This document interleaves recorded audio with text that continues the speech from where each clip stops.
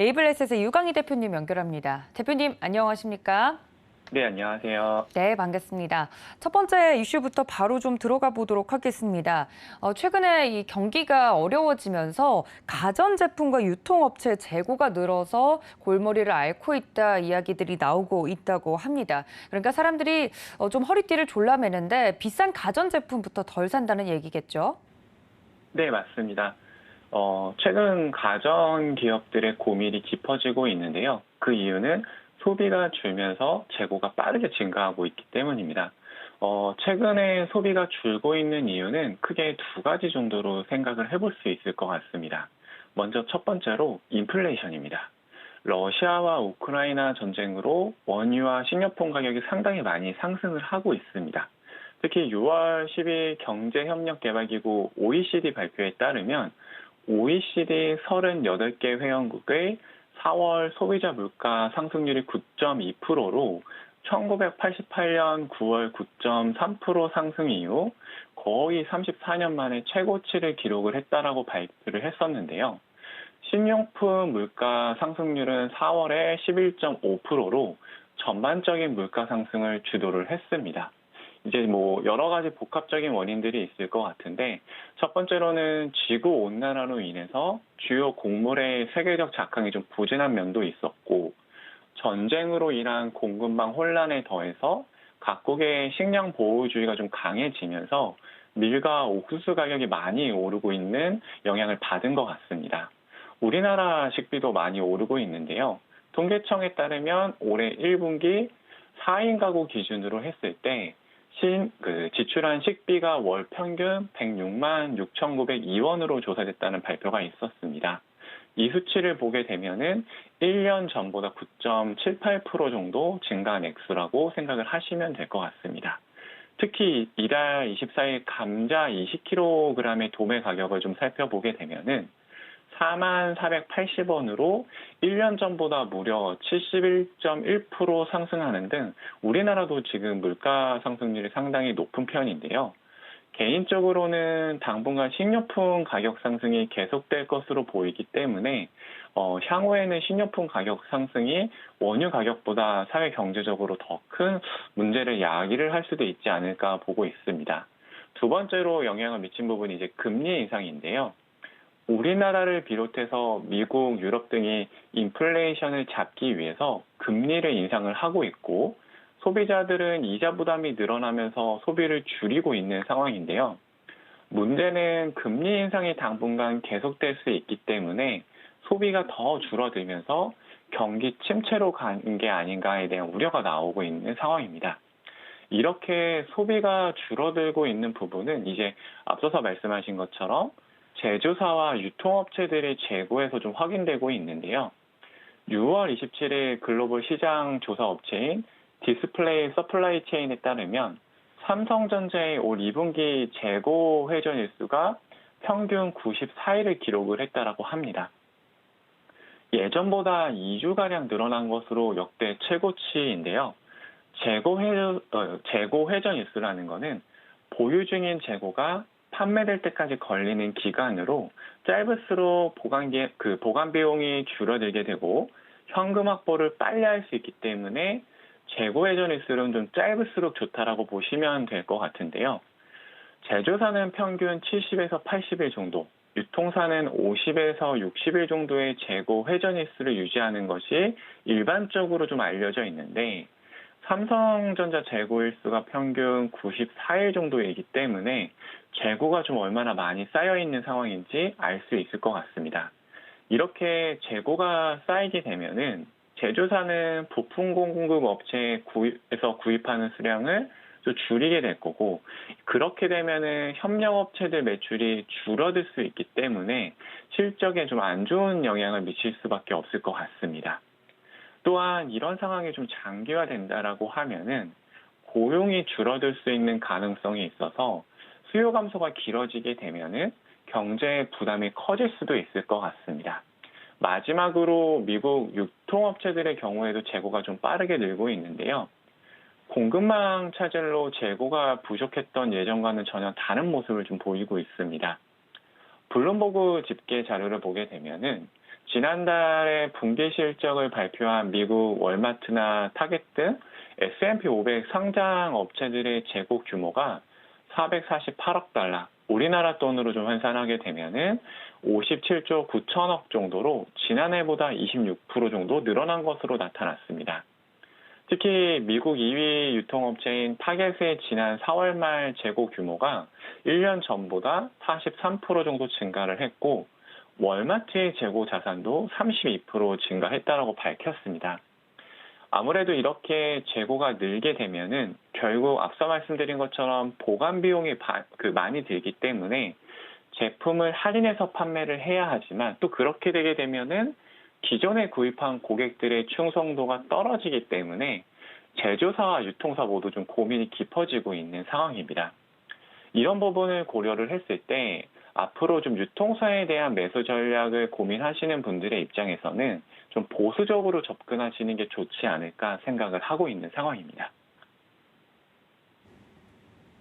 네, 이렇게 재고가 쌓여가는 것이 곧 기업에게 부담으로 작용이 될 것이다 이야기를 해주시면서 유통업체에 이 투자를 하시는 분들에게 좀 경고성으로 이야기를 자세하게 해드렸습니다. 두 번째 이슈로 좀 넘어가 보도록 하겠습니다. 유통업체나 가전제품을 판매하는 글로벌 업체들은 그렇고, 또 반면에 서비스 업종 관련돼서는 사람을 구하기가 어려워서 지금 구인난에 시달리고 있다 이야기가 나오고 있다는데 사실인가요? 네, 최근에 범죄의 도시 2, 탑건, 매버릭 등 대작들 영화들이 개봉을 하면서 영화관을 찾으신 분들이 상당히 좀 많으실 것 같은데요. 예전과는 조금 다른 점을 느끼신 분들도 있을 것 같습니다. 입구에서 표검사를 하지 않는 자율 입장 제도인데요. 이제 극장에서 일할 사람들을 구하지 못하 보니 극장들이 자율 입장을 늘리고 있다라는 보도들이 나왔었습니다. 참고로 우리나라보다 거리두기 완화를 빨리 시작한 미국에서도 구인난이 발생을 하면서 인건비가 증가를 했고, 인플레이션에 영향을 미치는 모습을 보였었습니다. 우리나라도 인건비가 빠르게 증가하고 있는 모습인데요. 최근에 최저임금위원회에서 내년도 최저임금을 정하기 위해서 회의를 좀 진행을 하고 있는 상황입니다. 노동계에서는 지금보다 18.9% 정도 증가한 시간당 1만 890원 정도를 요청을 하고 있고, 이렇게 큰 폭의 인상이 발생을 하게 되면은 영세업체와 자영업자분들의 타격이 커서 일자리가 줄어들 수도 있다는 우려가 나오고 있는 상황이기 때문에 어떻게 결정되는지를 좀 잘 살펴봐야 될 것 같습니다. 다시 이제 구인난에 대해서 좀 살펴보게 되면은 여러 가지 원인들이 좀 있을 것 같은데, 먼저 첫 번째로 거리두기 해제가 되면서 여행 등 서비스 업종에서 한 번에 노동 수요가 증가를 하면서 구인난이 발생한 원인이 된 것 같고요. 두 번째로는 서비스업에서 주로 일하는 연령이 20대인데 대면 수업이 시작되면서 대학교로 복귀한 영향도 좀 있을 것 같습니다. 그리고 마지막으로 MZ 세대의 특성이 좀 있을 것 같은데요. 갈수록 취업난이 좀 어려워지다 보니 단순 노동보다는 커리어에 도움이 될 수 있는 일자리를 좀 찾게 되면서 단순 서비스업에서 일하려는 수요가 줄어들게 된 부분들도 구인난에 좀 영향을 미친 것 같습니다.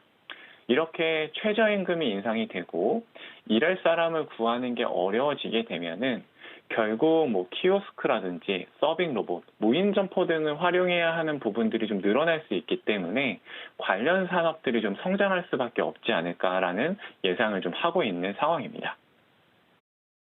네, 최근 영화관에서 봤던 이 자율 입장제가 구인난과 관련된 이슈였다니 이 점과 관련돼서 노동 환경의 변화라든지 또 체크해 볼 만한 여러 가지 포인트들이 있었던 것 같습니다. 투자자분들도 이 점까지 함께 챙겨가 주시면 좋을 것 같고요. 다음 이슈는 로봇 산업과 관련된 부분입니다. 최근 굉장히 급성장한 산업군 중에 하나인데요. 로봇 산업과 관련돼서는 어떤 이야기 나눠볼 수 있을까요? 네, 먼저 아직 우리나라의 로봇 산업은 생각보다 좀 크지 않은데요. 6월 27일 날 로봇 산업 실태 조사가 발표가 되는데, 한국의 로봇 산업 매출은 2020년 기준으로 했을 때 5조 4,700억 정도로 전년 대비해서 2.6% 정도 증가하는 데 그쳤다는 발표가 나왔었습니다. 하지만 한국과학기술기회평가원 자료를 보게 되면은 2020년 기준으로 최고 기술력을 갖춘 유럽연합을 기준으로 했을 때 한국의 기술력이 80% 정도 따라와 있고 기술 격차 같은 경우에는 2년 6개월에서 3년 정도라는 분석이 나왔었는데요. 여기에 더해서 정부에서는 로봇 세계 3대 강국을 목표로 과감한 규제 혁신을 약속한 부분이 있기 때문에 향후에 로봇 산업에 대한 성장은 좀 계속될 것으로 예상이 되고 있습니다. 대기업들도 계속해서 투자를 늘리고 있는데요. LG의 경우는 잔디깎기 로봇이나 물류 로봇 등을 이미 상용화를 했거나 하기 위해서 좀 준비 중인 상황이고요. 현대차그룹은 2025년까지 로보틱스 등 신기술 분야에 5년간 무려 한 8조 9천억 정도를 투자했다고 밝히면서 로봇 산업에 대한 관심을 좀 기울이고 있는 상황입니다. 개인적으로는 로봇 관련주 같은 경우에는 장기적인 성장이 예상이 되지만 아직까지 수익을 기록하고 있는 회사들은 좀 많지 않기 때문에 단기적인 시각으로 좀 접근하기보다는 장기적인 관점에서 분할 매수를 통해 모아가는 게 필요하지 않을까라는 좀 생각을 하고 있는 상황입니다. 네, 로봇 산업과 관련된 이야기까지 들어봤습니다. 아직 우리나라 로봇 산업은 가야 할 길이 좀 멀군요. 자, 다음 이슈 좀 만나보도록 하겠습니다. 27일 발표된 내용에 따르면 다음 달부터 전기와 가스 요금이 동시에 오를 예정이다 뉴스가 나와서 또 많은 분들이 내 월급 빼고 다 오르는구나 하는 생각이 드실 텐데 전기와 가스 요금 인상 어떤 포인트 짚어볼 수 있을까요? 네, 한국전력이 이제 3분기 전기요금에 연료비 조정 요금을 반영을 하면서 킬로와트 시당 5원 정도 인상한다라고 발표를 했는데요. 먼저 이번 전기요금 인상으로 한전의 적자 규모는 1조 2천억 정도 줄어들 전망이고요. 올해 예상 적자는 30조 원에 육박할 정도라고 합니다. 이렇게 한전의 적자가 심화되는 이유는 1인당 전기 사용량이 세계 3위 수준으로 좀 높은 편이지만 원가 인상을 제대로 반영하지 못했기 때문인데요. 가정용 전기요금을 봤을 때는 OECD 34개국 중에서 31위로 상당히 좀 전기요금이 낮은 편이고요. 산업용 요금도 22위 수준으로 평균보다 좀 더 저렴한 것으로 좀 알려져 있는 상황입니다. 문제는 현재 물가가 계속 오르고 있는 상황이고 정부에서도 7월에서 8월에 물가 상승률을 6%로 예상한다고 밝혔는데 여기에 전기요금과 가스요금이 같이 인상이 되게 되면은 물가에 대한 부담이 커지면서 소비가 줄어들게 되고 그렇게 되면은 경기가 안 좋아질 수 있다는 우려가 좀 나오고 있는 상황입니다. 물가가 오르면 거기에 맞춰서 급여가 올라야 하는데 그러지 않기 때문에 소비가 살아나지 못하면서 좀 경기가 안 좋아질 수도 있다라는 우려들이 나오고 있는데요. 앞서 이야기해드린 최저임금이 어떻게 정해지는지가 향후에 좀 물가 상승률과 경기를 예상하는 데 있어서 상당히 좀 중요한 영향을 미칠 것 같습니다. 그렇기 때문에 향후에 경기를 전망하는 데 있어서 최저임금이 어떻게 정해지는지를 꼭 체크를 하시고 앞으로 좀 대응 전략을 마련해 가시는 게 좋을 것 같습니다.